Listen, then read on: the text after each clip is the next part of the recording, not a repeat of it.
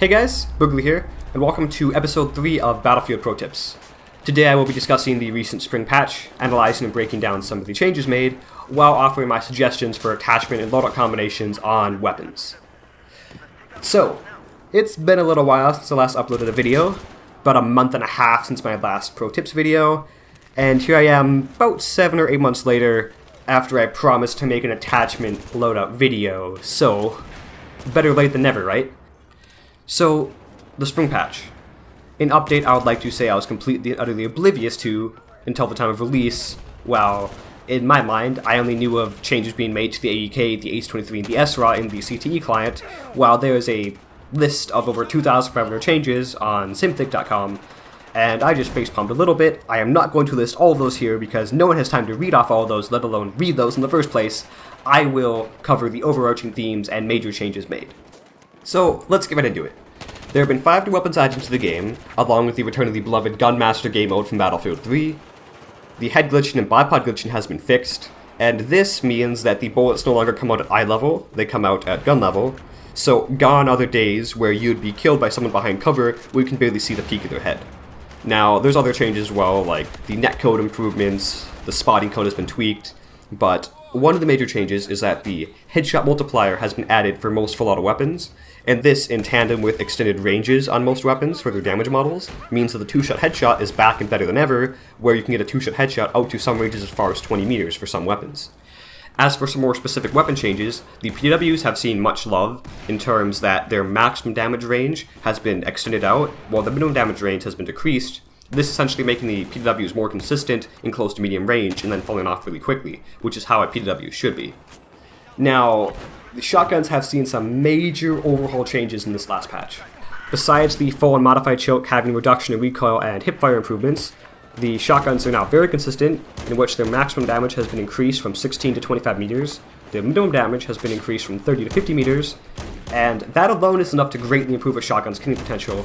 But what they've also done to improve the shotguns is that they've increased the number of pellets while decreasing the damage, where the damage output is technically the same, it's just the shotguns have much better range, so there's a lot more room for error when you're trying to get a one-shot kill. And comparing this to pre-patch, if you were to miss a pellet or two, that could mean the difference between confirming the kill and dying, whereas now, if you were to miss a few pellets, it's not going to affect the consistency too much, as you could still easily get a kill at quite a far distance. Now, one of the changes that affects almost all the weapons in the game is that the time it takes your spread to reset after shooting has been increased. What this means is that there's now a penalty for missing your shots when you burst fire, and it makes microbursting less effective. To add to this, all the grips in the game have seen an added penalty to your spread reset time, so let's say you add an angled grip to your gun and you try to microburst at range, it won't be nearly as effective as it was pre-patch. Many of the high rate of fire weapons such as the AEK and the FAMAS have seen recoil changes in order to reduce their viability at range, while some of the low rate of fire weapons such as the AR-160, the SAR-21, LSAT, and the RPK LMGs have seen improvements to their spread, recoil, and even their damage model in order to improve their viability at range, while some of the underused weapons such as the MP7 and the G18 have seen improvements as well to improve their viability. Now, even though the high rate of fire weapons have been nerfed, that doesn't mean that they're no longer useful. It just means that weapons have strengths and weaknesses now, so a high rate of fire weapon will be more viable in close quarters, even though you can still reach out to the medium and longer ranges, but it requires more skill and patience to be able to obtain the recoil and spread, while the low rate of fire, basically laser beams, have the ability to outgun, let's say, an LSAT versus an AEK at range. Used at pre-patch, usually a highly skilled AEK player would win, but now the LSAT has an advantage with its spread and recoil. So all weapons are still useful, it just depends on being in the right circumstance. As for some other changes, the flash hider now has a similar penalty to the grips, where you'll suffer a penalty in your spread reset time versus pre-patch where it had no penalty at all. The laser sight has improvements to its hipfire capabilities. The assault rifles have decreased strafing accuracy, and my most hated change to the attachments is that the muzzle brake and compensator no longer have a benefit towards your hipfire.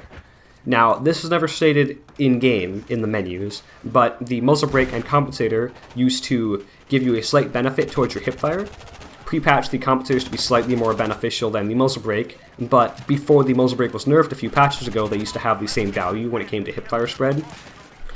And beyond that, the muzzle brake and compensator have seen other slight tweaks to their functionality. Now, my initial reactions when playing for the first few hours were quite poor. I was very inconsistent, going negative, and I was losing 1v1 battles I assumed I should be winning. Bullets were going over the place and it wasn't pretty. Fast forward a few hours, as I was reading the patch notes and playing some more, I started to understand what attachments I should be running on different guns, how I should be playing, and overall how to adapt to this patch. When picking out attachments for the weapons, the first thing I did was take off all the attachments on whatever weapon I was about to use. From there, I would pick my favorite sight, and then whether or not I could justify putting a laser sight on it, whereas if I'd be hip firing enough to justify giving away my position, I would pick out those two attachments first. Then I would need to pick a grip and a barrel attachment. The base loadout I'd use for rifles and carbines would be no grip with either heavy barrel or no barrel. And if a weapon had above 750 RPM, I would not put a heavy barrel on it, while if it had below 750 RPM, I would put a heavy barrel on it. Now, that's the base rule I used for all these rifles and carbines, and from there I tweaked it, where weapons like the Scar H, the Bulldog, and Ace 52, I would not put a heavy barrel on because of their high vertical and horizontal recoil.